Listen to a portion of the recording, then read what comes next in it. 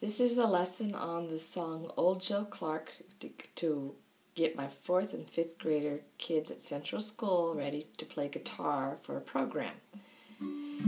This song is going to be in the key of D, so we're going to use a D chord, and we're going to use the simple C chord, the easy C.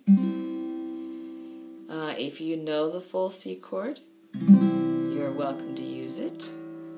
The D chord, by the way, is going to be the full D chord. And that D chord takes 5 strings to play it on. 1, 2, 3, 4, 5. We're not using the big E string for that one. So let's look at the D chord first. Your first finger is going to be 1, 2, 2nd fret, but count 3 strings over.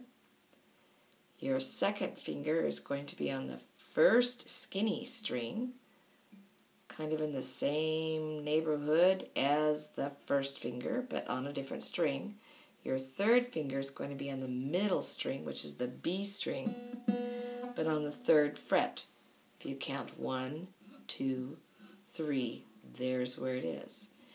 Now with this particular chord, you have to keep your knuckles really tall. You don't want your fingers to touch other strings, or you're not going to get a pleasant sound. When your fingers touch other strings, it creates a vibration or a buzz, and that affects the ability of that string to hold on to its own pitch and sound really nice. So here is the D chord. And then we get ready for the C chord. Back to the D chord.